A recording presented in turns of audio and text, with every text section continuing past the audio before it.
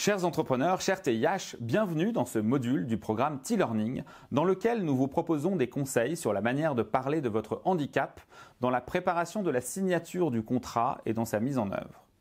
À l'issue du module, vous aurez des repères méthodologiques pour rassurer sur votre capacité à livrer votre produit ou service en satisfaisant votre client et conformément à vos engagements. Dernière précision avant de présenter le cœur du module. Après votre premier échange avec votre cliente, vous entrez dans une phase où il va falloir préciser progressivement les modalités de livraison de votre produit ou service. Le point critique est d'avoir abordé les questions les plus importantes avant signature du contrat ou validation de votre devis. Pour cela, il n'y a pas de méthode unique, d'où l'importance de vous préparer. Nous allons structurer ce module en 3 parties. Première partie, rappel issu du module 1 sur le premier échange commercial avec votre client. Deuxième partie, les principes qui guident nos conseils. Troisième partie, les étapes que nous recommandons. Première partie, rappel issu du module 1, premier rendez-vous. Présentez votre offre avant de parler de handicap. Faites part de vos besoins spécifiques afin de réunir les meilleures conditions de livraison. Rien ne vous oblige à parler de votre situation de handicap en détail. Deuxième partie, les principes. Premier principe, trouvez le bon niveau de détail.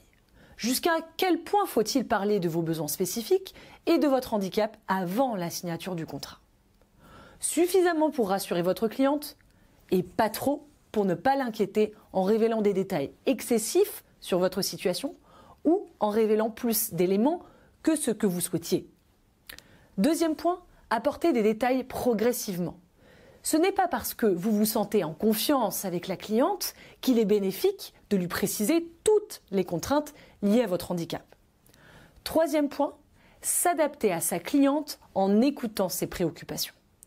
Vos propos seront plus efficaces si vous vous adaptez à ses besoins de réassurance et de détail. Et ce besoin dépendra en grande partie de son niveau de maturité par rapport aux questions de handicap. Essayez d'en parler de manière concise et efficace. Il est très important de maîtriser vos messages pour rassurer sans noyer votre cliente sous des détails qui risqueraient de l'angoisser inutilement. Cela fait le lien avec notre principe suivant, qui est d'être prêt à parler des solutions afin de couvrir les cas de difficultés ou risques sur la livraison, comme par exemple une hospitalisation, si ces risques ont une probabilité significative de se produire. Dès lors, n'hésitez pas à parler des solutions autant que des risques et expliquer ce que vous avez prévu si cela se produisait. Par exemple, prise de relais d'un confrère, assurance, aide de la GFIP, délai de livraison supplémentaire ou autre.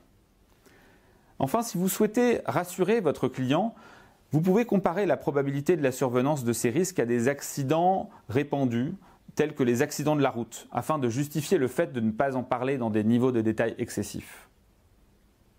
Cinquième principe, préparer sa présentation et les solutions liées aux questions de base, telles que par exemple l'accessibilité des outils numériques ou la mobilité et le lieu de travail ou de livraison. Enfin, il y a aussi les enjeux du quotidien avec les contraintes alimentaires, les besoins d'accès aux toilettes, la sensibilité à la lumière ou au bruit. Et puis la fatigabilité. En effet, votre client peut émettre une objection s'il paye vos prestations à la journée et que votre journée est moins longue que la moyenne de vos concurrents. Il faudra alors que vous montriez comment vous en avez tenu compte dans votre proposition financière.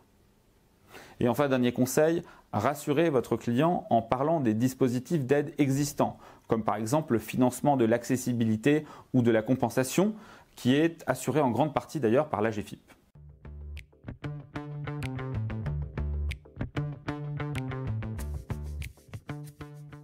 Chers entrepreneurs, chers TIH, bienvenue dans ce module du programme T-Learning dans lequel nous vous proposons des conseils sur la manière de parler de votre handicap dans la préparation de la signature du contrat et dans sa mise en œuvre. À l'issue du module, vous aurez des repères méthodologiques pour rassurer sur votre capacité à livrer votre produit ou service en satisfaisant votre client et conformément à vos engagements. Dernière précision avant de présenter le cœur du module. Après votre premier échange avec votre cliente, vous entrez dans une phase où il va falloir préciser progressivement les modalités de livraison de votre produit ou service.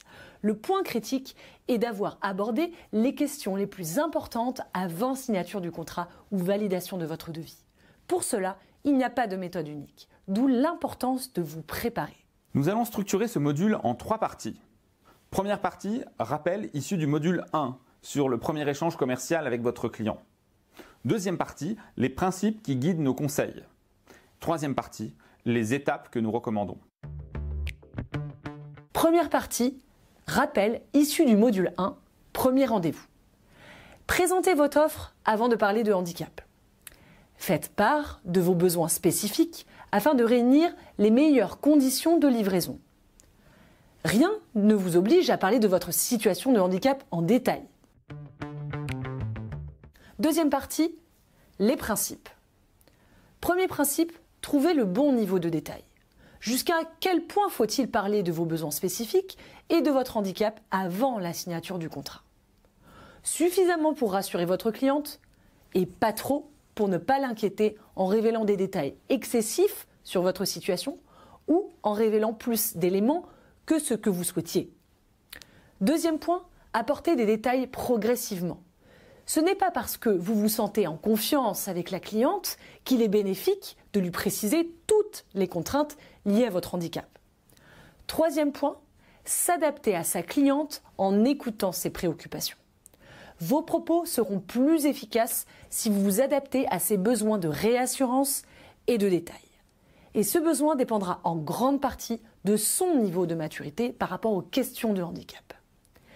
Essayez d'en parler de manière concise et efficace. Il est très important de maîtriser vos messages pour rassurer sans noyer votre cliente sous des détails qui risqueraient de l'angoisser inutilement.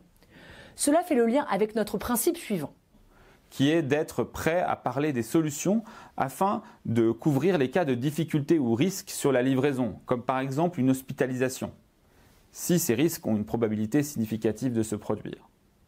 Dès lors, n'hésitez pas à parler des solutions autant que des risques et expliquer ce que vous avez prévu si cela se produisait.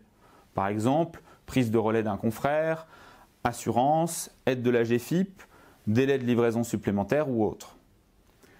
Enfin, si vous souhaitez rassurer votre client, vous pouvez comparer la probabilité de la survenance de ces risques à des accidents répandus, tels que les accidents de la route, afin de justifier le fait de ne pas en parler dans des niveaux de détail excessifs. Cinquième principe, préparer sa présentation et les solutions liées aux questions de base, telles que par exemple l'accessibilité des outils numériques ou la mobilité et le lieu de travail ou de livraison. Enfin, il y a aussi les enjeux du quotidien avec les contraintes alimentaires, les besoins d'accès aux toilettes, la sensibilité à la lumière ou au bruit. Et puis la fatigabilité. En effet, votre client peut émettre une objection s'il paye vos prestations à la journée et que votre journée est moins longue que la moyenne de vos concurrents. Il faudra alors que vous montriez comment vous en avez tenu compte dans votre proposition financière. Et enfin, dernier conseil, rassurez votre client en parlant des dispositifs d'aide existants, comme par exemple le financement de l'accessibilité ou de la compensation, qui est assuré en grande partie d'ailleurs par la GFIP.